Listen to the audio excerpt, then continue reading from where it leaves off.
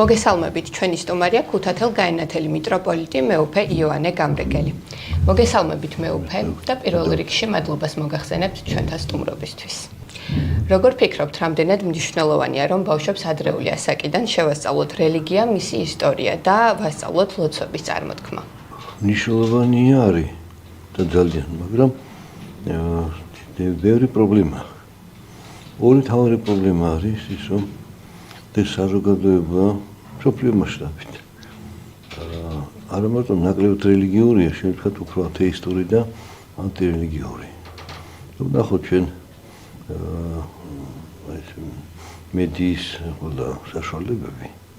თითქოს ისინი დაკავებულია ესეთი დარმოვაცვათ ინფორმაციით, სადა მოხდა, იქ გამოშლები იყო, აქ ნადევნე იყო, იქ ომი დაიწყო, აქ შეხვედრები პოლიტიკური, და ფილმები კიდე როცა ეხება ოჯახურ ინტრიგებს, დაპირისპირებას, შეყვარებას ვიღაცის და რა თუ ბავშვების და ოჯახლიანად სივრცე მენტალური, ემოციური არის ამ პრობლემები დატვირთული. Atunci, მარტივი სიტყვით შემოღოს მაცხოვრის შესახებ, ქრისტეს შესახებ, მისი შრომის, მისი განლაგების, მოტაფების, მისი დევნის და ჯვარცმის და მე გვდით აღდგომის. ბავშვები ადვილად იჯერებენ სასწაულებს. აი რა იქ მოხდა. რატო? იმიტომ მათ უკითხავენ ზღაპრებს და ზღაპრებში ეს მართლა ექსასოლი კი არა, ეს ზღაპარი არის. და სიტუაცია პოპულისტური ცდილობა რაღაცა ბავშვი დაინტერესონ და ჯერ დაძაბონ, ანერგულონ და მერე გაახარონ. ეფენდი ასე თქვა დავთვალეთ ზღაპარი. Ეტო მისთვის სასწაულის მიღება ადვილია და მაგრამ ის როგორც იმ ზღაპარს როგორ რეალობას ღებულს, ასევე ამასაც მიღებს რეალობა. ეს რეალობა ნამდვილად არის და ამაში მე დარწმუნდება. შობელი ოდილა ოცაღამოს ანთებს კანდელს და ხატებთან ლოცვებს. ბავშვთან ერთად, პატარობიდან და ბავშვი უყვარს ეს ანთლის ანთება, შეიძლება ერთი ლოცვას მოუჩინოთ, ისწავლოს და მშობელთან ერთად თქვას. და ხარია რომ თანამონაწილეა დიდების საქმეში. ერთად აკეთებენ. აი ეს ხო ამ ასაკობრივი ჯგუფისთვის ეს უფრო ესეთ მისაღები გზა არის. მაგრამ რომ არის სირთულეები, მაგრამ გამოშვებული არსებობს. ესაჭიროება თუ არა ადამიანს სასულიერო ლიტერატურის კითხვა? საჭირო აუცილებელი არის თუ ორი შემთხვევაში ვთქვათ, თუ ის უკვე ეკლესიაში ცხოვრობს და რწმენი ცხოვრობს, ბუნებრივია. მან უნდა მიიღოს სტანდარტო. თუ არ არის ჯერ, მაშინ მაინც უნდა კარგი იქნება და დაიკითხოს, იმიტომ რომ ბერ თავის ცხოვრების კითხვაზე პასუხს მიიღებს მათ. ეს მაგალითად ვიტყვით, დიდი დასავლეთი ევროპის ეკლესიისა, ნეტარი ავგუსტინე არის ცნობილი, იაპონიის ეპისკოპოსი. დედა მას ეკლესიურად, მაგრამ მამა ყავდა წარმართი. თორსა უკვე სიჭაბუკეში შევიდა, მან თქვა, აი გეყოფა ხო და წაიღო საკეიფო და ნადიმებზე ატარებდა და გარკვეულ ცხოვრებას მიეჩია და დედა ტიროდა ამის გამო, რომ აი ზრდიდა სასუფეველისათვის, უფლისათვის და მამამ ერთ წამში წაიტაცა და ეს ჭაბუკი აი სხვა გზას დააყენა. მაგრამ ის ბავშვობაში დათესილი მარცვალი არ იკარგება. ერთხელ დაღლილი ამ ქეიფებით, ნადიმებით, უაზრო ლაპარაკით გავიდა იმ სახლის საზღარში, ეზოში და ჩამოწდა თვით განმარტოვდა და დაინახა წიგნი. იქ მაგიდას იდო. ეგვიპტელი მეუდაბნო ბერები. როგორ ამოში წიგნი არ არის ის. გადაშავდა იონთა და გაიტაცა უკითხომ. და მას გახსენდა ბავშვობა, გახსენდა დედის ცრემლები. და შეიცვალა. დაბრუნდა სახლში უკვე მამა გარდაცვლილი იყო და დედა შენობას თხოვდა, გახდა მე დიდი მოღვაწე ეკლესიის. რას ნიშნავს მართლმადიდებლობაში თავმდაბლობა? თავმდაბლობას ვერ ითამაშებ, შეკვეთით ვერ იქნები, ეს შეგნების საკითხი არის. თუ ჩვენთვის თავარი არის თვალი განცხადებული ეს ქრისტეს მიერ ქვეყანაზე, რომელსაც მე თავი დაინდაბლა და ზეციდან ქვეყანაზე გადავიდა და ვინ შექმნა ქვეყანა სამყარო და განაგეს მას ის აღმოჩნდა იათი ადამიანის ხელში და დაითმინა დევნად ჯვარით სიკვდილი და ადგომძლია ამ სოფლის ამო ზრახვებს და გზავნებს ემოციებს და მიტკილებებს თანდამლობის სიმაღლე ეს არის მთავარი იმიტომ ეს არის ის სება რომ ადამიანი უფალს ემსგავსება უფალი არ არის მოძალადე არ აიძულებს ადამიანს მაგრამ სთავაზობს უკეთეს ცხოვრებას რომელსაც აქვს ადრესი უფალთან ერთობაში ყოფნას აქ და უგუნთი-გუნისამდე. ანუ მარჯვ ცხოვრებას თავაზობს. ეს ცხოვრება უფლის მიერ შესაძლებელი. ამიტომაც ამ ლიტერატურას უნდა კითხულობდეს ადამიანი. სასულიეროს რომ საკვები გონებისთვის კონდეს. გულისთვის და შესაბამისად მეცხოვრის გზაზე მან უნდა შეძლოს აი ამ თვისების თავდავლობის რეალიზება. რითი? საკუთარ თავში ამ პარტნიორის დაძლევის, შურის ან სიძულვილის სხვა ადამიანის მიმართ. ეს არის დასაწყისი თავდავლობისა. რომ რა უნდა გშურდეს ხისი? მატერიალქონება, თანამდებობა, ეს ყოფილდროებითია. ეს უფალთან არ გაკავშირებს. სიბრაზე ან სიძულვილი იყო ვიღაცა უზნედ მოგექცა, ვიღაცა შეურთ მოგაყენა. შეგიძლია აპატიომას მაცხოვრის სიტყვით, რომ თან ჯვარს მიზა თქვა, მამა მიუტე, არ იციან რა საკეთებენ. მე იგლია ჭავჭავაძე გაიმეორა ის თავის მამაო ჩვენს იქ ახალგაზრდობაში დათეოლებში. არ იციან საკეთებენ. აი ეს არის გზა თანდავლობისა. თანდაობის გარეშე უფალს ვერ მიახლოვდები. და თუ არ ემსგავსი უფალს, მაშინ მას თანაზიერით არ იქნება სასופველის. მათი უდიდეს მნიშვნელობა აქვს და უბრალოდ ეს ჭირს ჩვენ ყველა ადამიანს, მაგრამ ჩვენი პრობლემა იმაშია, რომ ჩვენ გვაკლია თამდავლობა. ამიტომაც მე ჩემი აზრით შემიძლია სხვის აზრს და ვამართლებ ჩემს თუნდაც ძალადობას ლანძღვას, იმით რომ აი სხვა ცუდია. სხვა რო ცუდია, მე რატომ უნდა იყო ცუდი? აი რომ თანდავლობას გეხმარება მაშინ რომ შენ სხვის ცუდს არ აყვე და ბოროტების სტილს სიკეთე აკეთო. როგორ ვნებს ადამიანის სულს მავნე ჩვევები, მაგალითად ალკოჰოლიზმი, აზარტული თამაშები და ასე შემდეგ? მოწევა იქნება, წამალი იქნება, სასმელი იქნება, არ აქვს მნიშვნელობა. ის არის მონა. ვერ თავისუფლდება. ემორჩილება რაღაც. და უკვე ეს მას ხელს უშლის სულიერ ცხოვრებაში. ამიტომ პირველ რიგში საკუთარ თავს უნდა ზლიოს აი არაკეთილ მიდეგელებებს, ჩვევებს, წესებს და არა მარტო თქვათ ვიტყოდით სასმელი იქნება თუ ნარკოტიკი თუ სიგარეტის მოწევა, არა. არამედ ფიქრებიც კი, გრძნობებიც კი თუ ამას ვერ დაძლევ შენში, შენ ზიანდები, შენი გულის და გონება ზიანდება აი ამ უკეთური ემოციებით და აზრებით. ანუ არის ფიზიკური, რაც წამალი თუ სასმელი და არის გონებრივი და ზიანი და სულიერ ზიანებს შენ თავს აყენებ. დიახ. დღეს საკმაოდ აქტუალურია ეზოთერია, ეს იქნება ტაროლოგია, ასტროლოგია, კაბალა თუ სხვა. ქრისტიანულად მონათლული ადამიანისთვის შეიძლება თუ არა მსგავსი პრაქტიკების და რიტუალების შესრულება? ქრისტიანს კი არა, არის შესრულებული. არც ასიკეთო არ არის. და რატო? აქაც არის თავისი მიზეზები. არის ცოდნა, რომ ადამიანს არ აქვს მოცემული. მის რა მოცემული ცოდნა იმისაც მის ასიკეთოა. რამის გარდა არის სხვა ცოდნა, რომელიც არ არის კეთილი, მაგრამ შეიძლება შენ გამოიყენო სასიკეთოდ.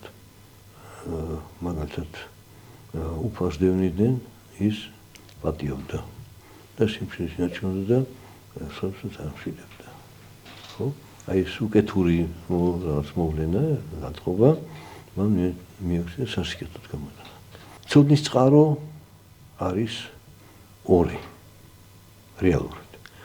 ეს არის ღვთის სიტყვა, გამოცხადება ღვთისგან და არის მეორე ღვთის მიერ შემქმნელ საყვაროში არის კანონზომიერება და იმის შემეცნებით ადამიანის იმისათვის რომ უზენაესი გონის მიერ შექმნილი ყველაფერი კანონზომიერება.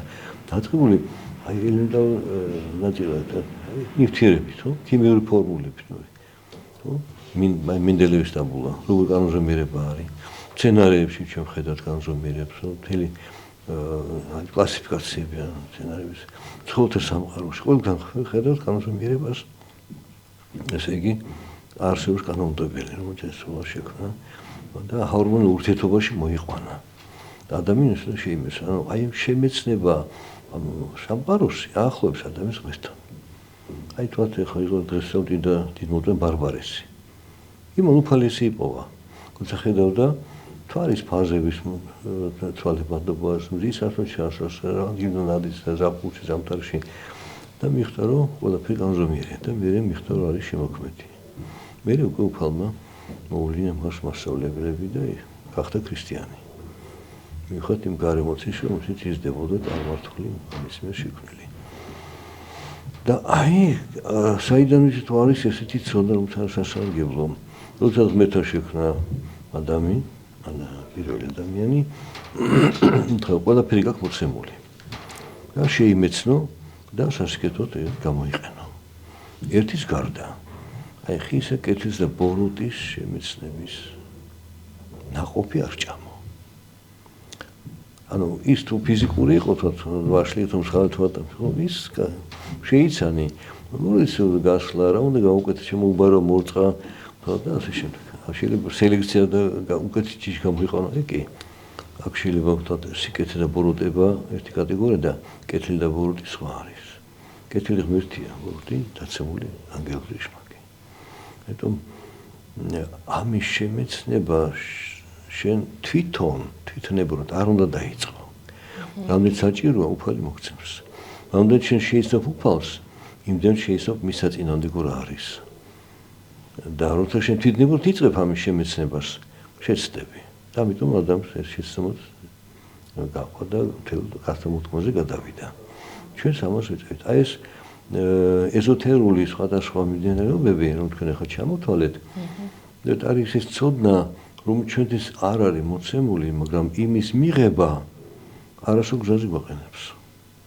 და რატო გვინდა იმის მიღება? ისე ბიბლიაში ჩანს, რომ ცნობის მოყვარეობა და თვითნებობა. ხო, იცით რა გზალულია, მაგრამ გავუშვენ ცნობის მოყვარეობა რა არის. და მე უკვე პროტესტი, რატო არ შეიძლება, მე მინდა. ჩემი თავისუფლება მაქვს. და მე ხდება, ანუ ჯერ გონების დაცემა, შემდეგ ზნობების და ბოლოსების ყოფის.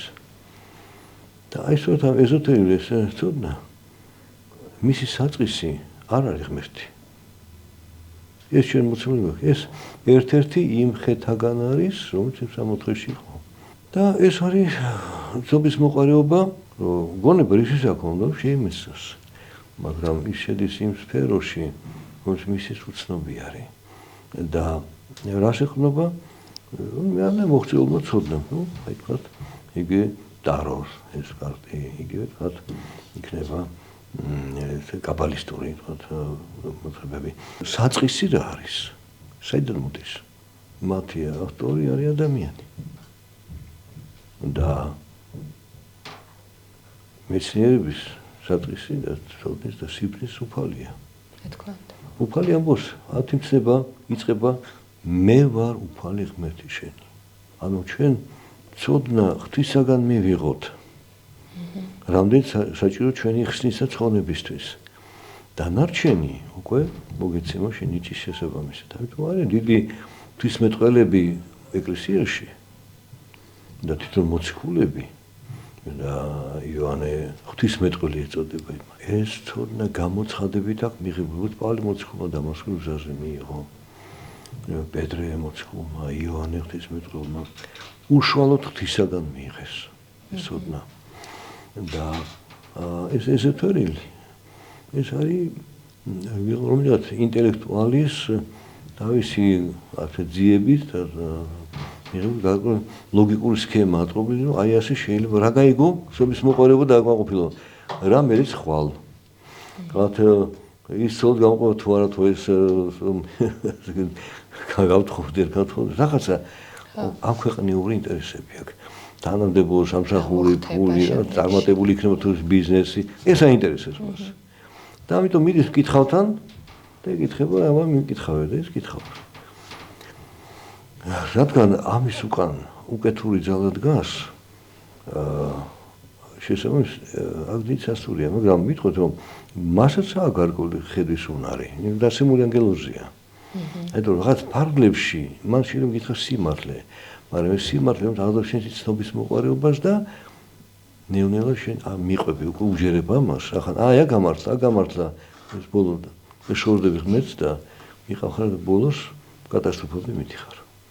ბაძაკს აგონი, შაგრენის თავი, ესეთი მოთხრობას აქვს და ის თეორია რომ მას უნდა თავის სულს აღსრულება და ყოველ აღსრულების დროს ეს თავი პატარდება.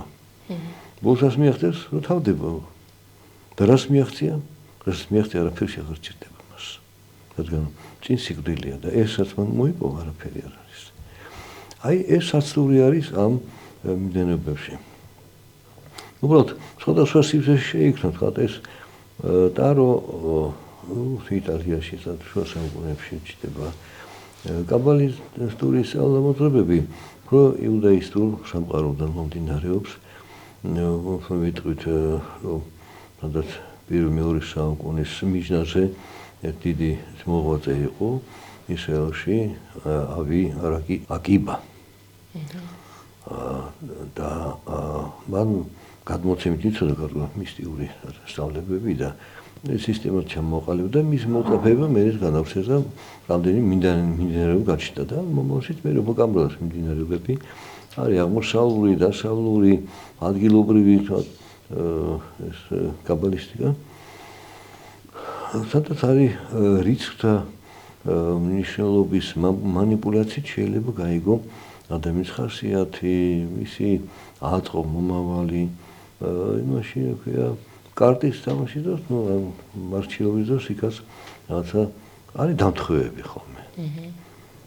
არის მართლა, მაგრამ თუ ადამიანებს დაიჯერებს ის შორდება უფალს და აი ამოსობის მოყარებით არის გადაცემული. აიტომ მისი სრული ზრდისათვის ეს არის საზიანო. და ვინც ოსტატია ამის ის უკვე დაზიანებული ადამიანი.